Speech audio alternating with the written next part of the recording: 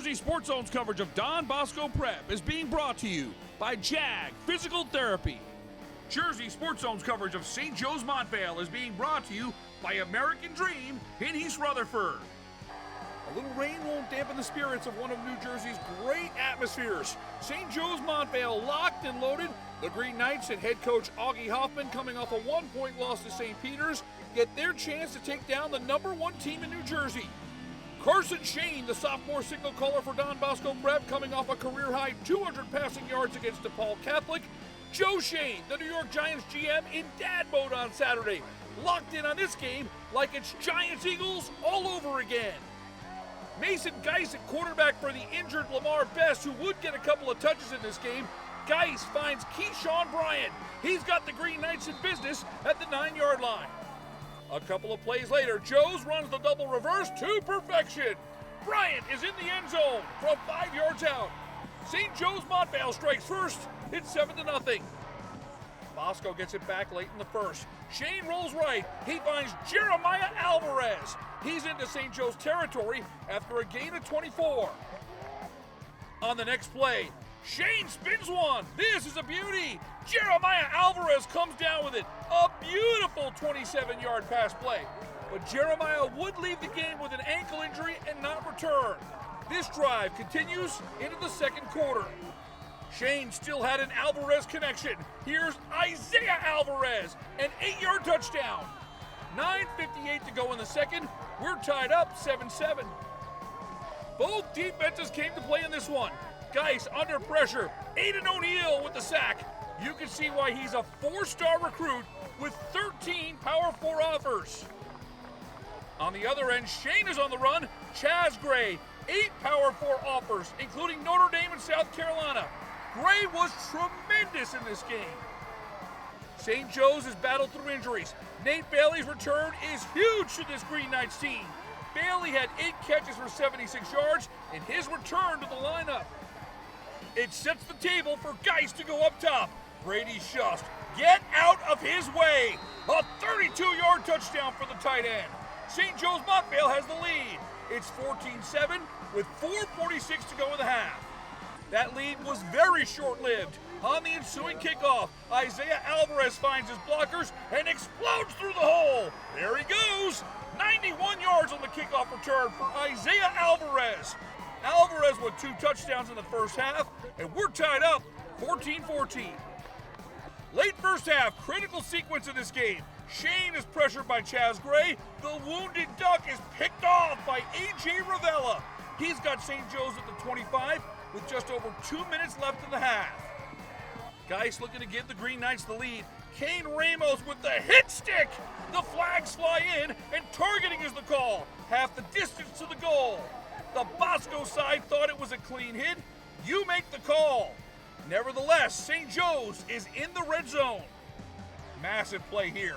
Taj Gray on the end around. Gino Greco with help from Robert Akins makes the stop. St. Joe's calls timeout with just 3 seconds left. The Green Knights look to take the lead on the final play of the half. Kyle Salinas from 29 yards. Doink! It hit the crossbar. Don Bosco weathers the storm and keeps Joe's off the board. At the half, it's a 14-14 ball game. The second half was all about defense. Phoenix Evans with the TFL, 31 offers. He was outstanding in stopping the run on the edge throughout this ball game. The Green Knights then looking for some trickery. The double reverse flea flicker did not fool Bosco. Aiden Akins and Jack Hinspeeder combine on the sack. We head to the fourth quarter, still deadlocked at 14. St. Joe's threatens in the fourth. Keyshawn Bryant breaks a tackle. He's on the run. Great cutback, and the Green Knights are in business at the 27. Here's Geis going for the lead. Nate Bailey guarded by Amori McNeil. He gets a hand up and then makes the interception. An incredible play by the Monmouth University commit. McNeil gets Bosco the ball back and keeps St. Joe's off the board. The Green Knights defense held Don Bosco to 125 total yards. Chaz Gray once again wreaking havoc. St. Joe's Montvale's getting the ball back with 4 minutes to go. Geis has the Green Knights on the move. He connects with David Forster. That's good for 19 yards. There's 10 seconds left. Kyle Salinas is lining up for a 45-yard field goal to give St. Joe's the lead. The snap is high, and there's chaos! Salinas gets the ball. It's on the ground. The Ironmen pick it up and take it all the way into the end zone for what they hope is a game-winning score, but the officials blew the whistle immediately. Salinas attempted a pass. That's intentional grounding. So now Don Bosco has 3 seconds. They're at the 37-yard line. The Ironmen turn to Johnny Devir to try and win the game with a 54-yard field goal. Devir's on target, but it is short. Get ready, we've got overtime in Montvale. Still tied, 14-14. St. Joe's gets it first, and the Don Bosco defense does its job. A total team effort on this play. Joe's misses a field goal. That opens the door for Don Bosco to win it. The Ironmen play a conservative, and Dante DeLuca racked up big yards in OT to set the stage for Johnny Devir. Devir is a Yale lacrosse commit who's using his right leg in the fall for New Jersey's #1 football team. The rain is falling, and the pressure is on. Johnny Devir from 24 yards for the win. It's good! Don Bosco stays unbeaten and scores an overtime win in Montvale. Another North Jersey non-public war. 2 tremendous teams that could square off again when the playoffs roll around. 17-14 is your final in overtime. St. Joe's Montvale outgained Don Bosco 340-125. That's a margin of 215 yards.